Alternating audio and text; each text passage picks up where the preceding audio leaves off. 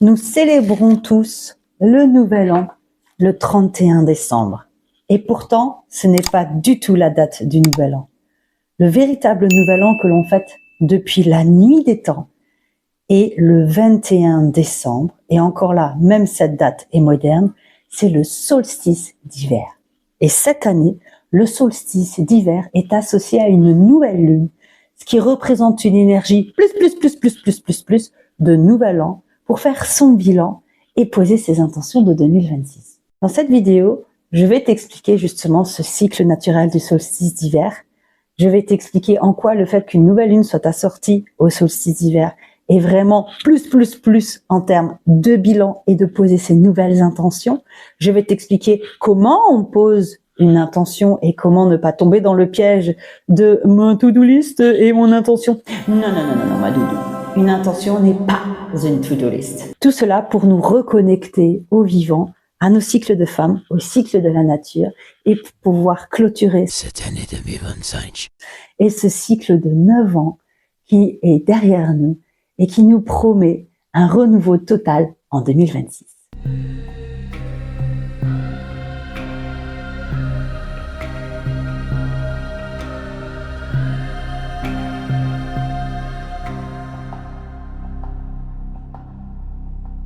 Alors j'ai pris des petites notes pour être sûre de ne rien oublier parce que avec mon trouble du déficit de l'attention, autant te dire que pour moi c'est compliqué de rester focus. Alors attends parce que voilà, ouais. Bon, mon encens ne rentre pas dans mon porte-encens, tout simplement parce que c'est un encens de qualité qui est sur un bâton un peu plus épais.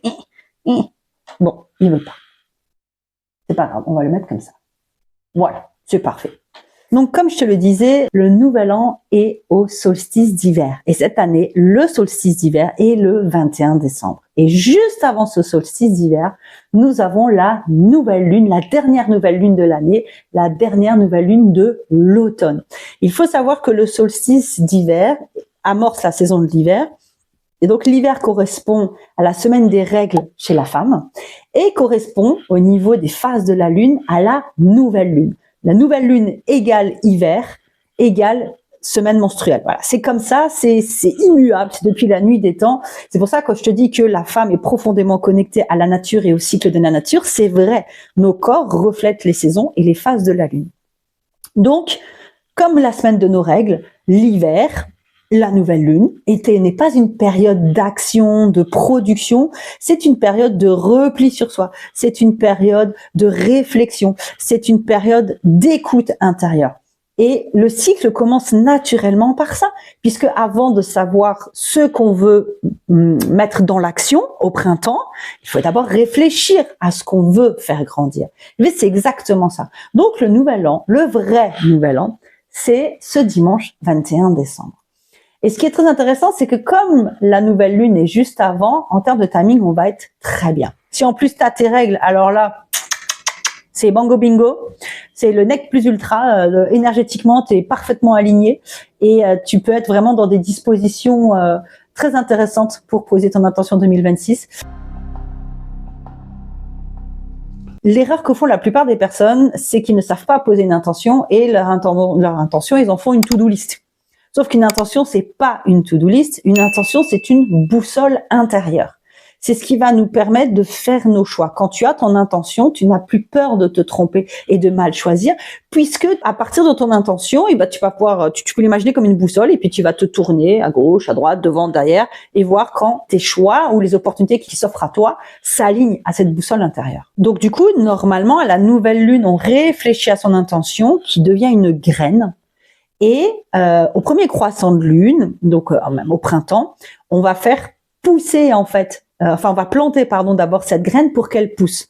Donc l'intention, c'est comme cette graine, on ne sait pas comment ça va pousser, on ne sait pas ce que ça va donner. On peut éventuellement savoir quel type de plante on veut faire pousser, quel type d'intention du coup on veut faire pousser, mais on ne sait pas à quoi ça va ressembler au final. Et une intention, c'est exactement ça. C'est pas quelque chose de forcément clair.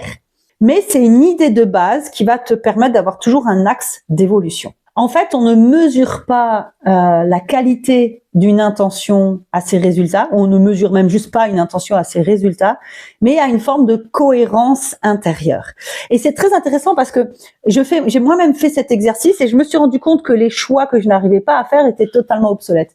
Par exemple, mon intention du moment est d'honorer la femme spirituelle en moi et de faire grandir cette femme spirituelle en étant avec vous ou en étant moi seule au quotidien aussi. Je suis pas là pour la compète, je suis là pour grandir, pour évoluer. Et du coup, l'autre jour, je me dis, ouais, mais est-ce que je reprends un boulot salarié ou pas le temps que j'arrive à tout mettre en place? Et en fait, en travaillant sur mon intention qui était de nourrir et de faire grandir la femme spirituelle en moi, et cette spiritualité en moi, je me suis rendu compte que le problème de prendre un travail ou non, c'en est pas un, en fait. Parce que ça va pas me dévier de la voie que j'ai choisie, qui est de faire grandir cette femme spirituelle. Je peux très bien avoir un emploi à côté et faire grandir cette femme spirituelle.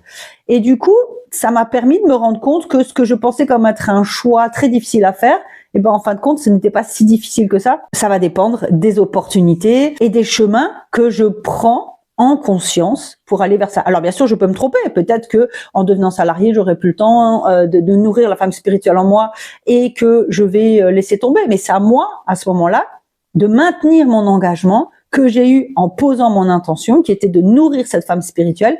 Et cet engagement fait que au quotidien, j'ai la discipline de mettre des choses en place pour continuer à nourrir cette femme primitive. Et si à un moment, enfin cette femme primitive, primitive et spirituelle, c'est vrai, c'est les deux en fait que je veux nourrir, me réensauvager en fait, et vous aider vous aussi à vous réensauvager. Et donc à partir de là, j'ai pas une to-do list ou des étapes précises, mais j'ai une boussole qui me permet au quotidien. Donc le matin, je trouve ça chouette, moi en tout cas, de répéter son intention pour s'en souvenir, pour l'engrammer en soi, pour l'incarner pleinement. Après, toi, tu fais ce que tu veux, je te dis pas que c'est ce que tu es obligé de faire, mais toujours est-il que je trouve très chouette au quotidien de se rappeler de son intention quand on fait ses choix et de vraiment déterminer si ce choix-là, il me permet de continuer l'engagement dans l'intention que j'ai posée, dans la voie que j'ai choisie. Alors j'espère que c'est clair ce que j'ai dit, parce que j'ai l'impression que je suis un peu partie dans tous les sens, mais pour moi c'était important de te l'expliquer. D'ailleurs, j'ai très envie de vous faire une vidéo sur l'engagement, parce que moi je suis quelqu'un qui finalement, quand j'ai réfléchi bien, a toujours eu peur de s'engager. C'est très intéressant. C'est une grosse claque que je me suis pris en 2025, que par exemple, si je faisais que les choses au feeling, c'était parce que j'avais peur de m'engager et que du coup, d'ailleurs, dans mon quotidien, il manque de l'énergie masculine puisque je n'arrive pas à avoir cet engagement, ce passage à l'action. Mais on en reparlera dans une autre vidéo. Je veux pas non plus trop... Donc, en partant des explications que je viens de te donner, ce que je t'invite à faire ce week-end, c'est un bilan de 2025. Et si tu en as envie des 9 années qui viennent de passer, puisqu'on est dans une année 9 et qu'on va basculer dans une année 1 en 2026, et à poser ton intention de 2026. Alors, pour faire ce bilan 2025, j'ai rédigé des questions que je vais te lire, que je pense, enfin, de mon point de vue, elles sont intéressantes à se poser. Bien entendu, tu te poses toi les questions que tu as envie de te poser et tu gardes ce que tu as envie de garder dans ce que je te dis. Pour le bilan 2025, les questions que je trouve intéressantes, c'est qu'est-ce qui a besoin d'être clôturé avant de passer en 2026, idéalement, après on est à la fin de l'année, on fait ce qu'on peut avec ce qu'on a, mais qu'est-ce qui aurait besoin d'être clôturé et qui n'a pas encore été fait? Qu'est-ce que je garde par peur, par loyauté ou par habitude? Ça, c'est une question qui pique, qui fait un peu mal, on va pas se mentir, mais qui est essentielle parce qu'on ne se rend pas compte de tout ce qu'on fait par loyauté. C'est quelque chose qui bloque au quotidien. Moi, je suis en transition professionnelle et je me rends compte que la loyauté à ma communauté de mon ancien métier m'empêche de développer Primitive.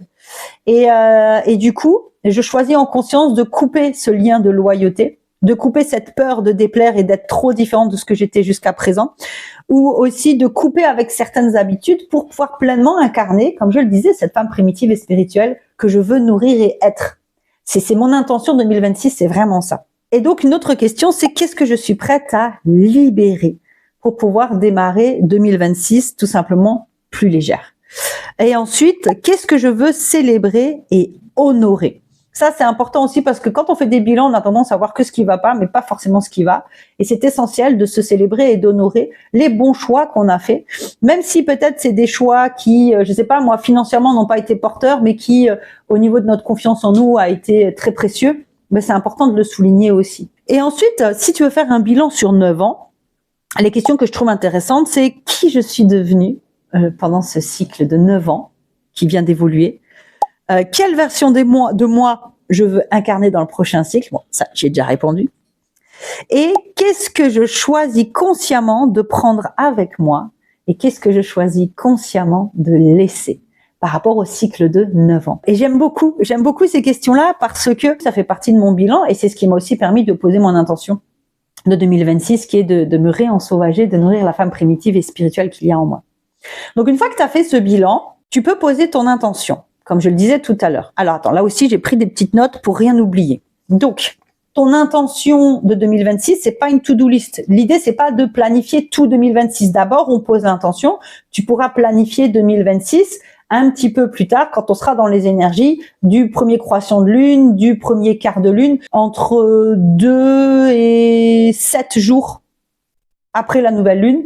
Si tu veux planifier ton année 2026, tu peux. Voilà. Mais pas au moment de la nouvelle lune. Vraiment, il faut comprendre que le moment de la nouvelle lune, c'est pas le moment où on plante et on fait grandir. Enfin, oui, faire pousser la graine qu'on a plantée. C'est vraiment le moment où on crée la graine. C'est le moment où on crée l'intention. D'accord? Donc, si ton intention ressemble à une to-do list, c'est une pression déguisée. C'est pas bon. D'accord?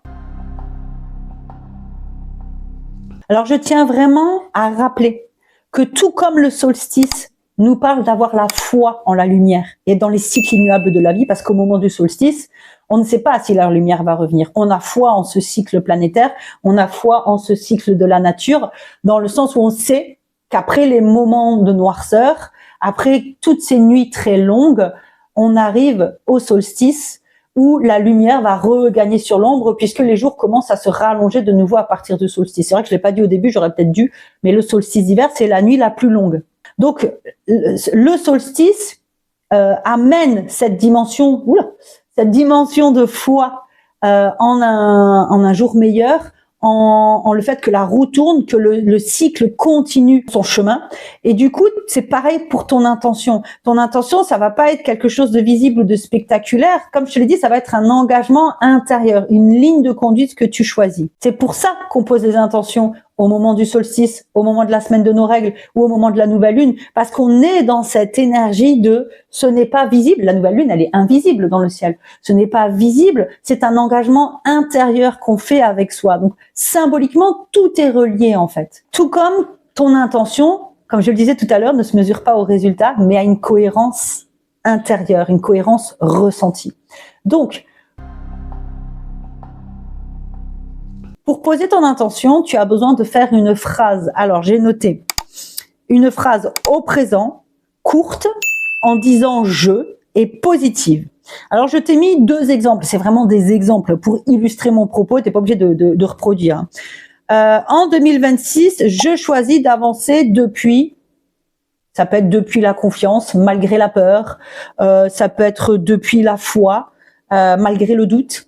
Ça peut être depuis le respect, malgré la violence de mon environnement, par exemple, peut-être. Ça peut aussi être en 2026, je m'engage à honorer mon corps, même s'il n'est pas constant. Et je vais te rappeler une phrase magique qu'on m'a enseignée. Rien n'est plus constant que le changement. Donc, ça peut être en 2026, je m'engage à honorer ma vérité, même si elle dérange, ou en 2026, je m'engage à honorer mon feu créateur, même s'il n'est pas constant. Il y a un petit truc quand même. Et donc, comme je te disais, à partir du moment où tu as posé une intention, tes choix sont beaucoup plus clairs parce que tu les fais en fonction de ton intention. Et d'ailleurs, comme je te le disais aussi tout à l'heure, je me répète un petit peu, je trouve assez intéressant de faire l'exercice de répéter son intention tous les matins.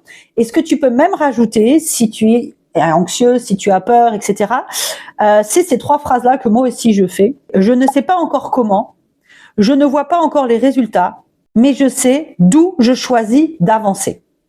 Et c'est ça qui fait la différence. Donc si je reprends mon exemple qui est en 2026, je nourris et j'honore la primitive et la femme spirituelle en moi. Je continuerai en je ne sais pas comment, je ne vois pas encore les résultats, mais je sais d'où je choisis d'avancer. Et c'est ça. À partir du moment où tu sais d'où tu choisis d'avancer, tu ne peux plus te tromper. Et imaginons au pire des cas, tu te trompes, ce n'est pas grave. On s'est incarné pour vivre une vie d'expérience. Autorise-toi à te tromper. Tu as le droit. de te tromper. Tout comme je vais peut-être me tromper si je prends un emploi alimentaire ou si je ne le prends pas. Je peux me tromper dans les deux sens, en fait. Et ce choix, peu importe ce qu'il devient, on l'assume, on le nourrit, parce que c'est un choix qu'on a fait en conscience de notre intention. Et si finalement c'était pas le bon chemin, eh ben rien ne nous empêche de stopper ce qu'on était en train de faire et de prendre une autre voie, un autre chemin pour continuer à nourrir l'intention qu'on a posée en 2026. D'ailleurs, je vais te proposer une guidance. J'ai eu une idée, je voudrais ton avis. Je voulais te faire une guidance dans 2-3 jours là sur ce qui est prêt à renaître en toi ou encore à rester un peu dans l'ombre. Donc dis-moi si c'est un sujet de guidance qui t'intéresse. Alors je la filmerai et je vais aussi te faire une guidance, une spirale de l'année lunaire. C'est ce que je me suis faite l'année dernière et ça a été très juste pour moi. Où en fait avec mon oracle primitif, on va tirer une carte pour chaque mois lunaire. Je proposerai une extension avec beaucoup plus de détails pour celles qui voudront aller plus loin et je vais aussi mettre en place des rendez-vous individuels pour celles qui veulent sortir des blocages qu'elles ont eu en 2025 pour bien démarrer 2026. Alors les rendez-vous seront début 2026, mais il n'y a aucun souci avec ça. On travaillera ensemble avec des exercices concrets sur tes émotions, tes blocages émotionnels, ton passé. Je m'aiderai un petit peu aussi de mes cartes. Mais l'idée, c'est de te proposer des exercices concrets, factuels, que moi-même j'utilise au quotidien pour sortir de mes états émotionnels bloquants. Passe de merveilleuses fêtes de fin d'année. Profite de ce solstice doublé d'une nouvelle lune pour bien faire ton bilan 2025 et bien démarrer 2026. Et moi, je te fais d'énormes bisous et je te dis à tout bientôt pour la suite de nos aventures. Ciao!